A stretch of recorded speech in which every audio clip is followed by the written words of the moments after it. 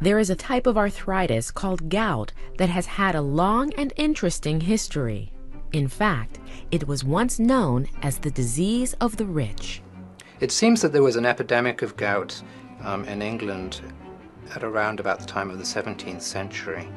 Many of the important risk factors for gout were most prevalent in that stratum of society, namely alcohol drinking.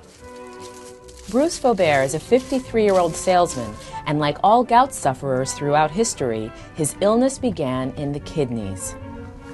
What often happened in Europe a few hundred years ago was that the royalty had, or the wealthy had access to port and other wines that happened to have been made in containers that contained lead. And it turns out that lead can damage the kidneys, causing you to retain uric acid. Uric acid is usually excreted from the body in the urine. But for reasons not completely understood by scientists, gout sufferers retain too much in their body. The excess uric acid is carried by the bloodstream throughout the body and settles in the joints, usually the foot or big toe. There it forms into microscopic needle-like crystals that inflame the joint and cause severe pain. The buildup generally occurs slowly over time. But once enough uric acid has collected, a gout attack usually happens very quickly. It comes on suddenly, so patients sometimes go to bed feeling well and they wake up in the middle of the night or in the morning with a red, hot, swollen, painful big toe. The night that I finally really got gout is I woke up and my foot was throbbing. It was like a toothache. I had to take the covers off it. The actual covers hurt the foot.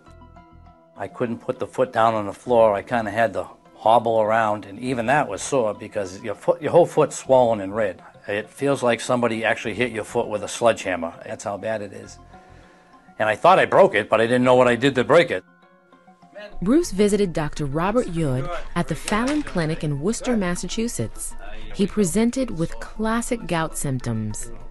To confirm the diagnosis, Dr. Yood performed a test that very easily diagnoses the disease, removing fluid from the affected joint. Far and away the best and most reliable way to diagnose gout is to drain some fluid and look at it under the microscope, because you can see the sodium urate or uric acid crystals under the microscope and make an absolutely definitive diagnosis of gout. Gout affects 2.4 million Americans.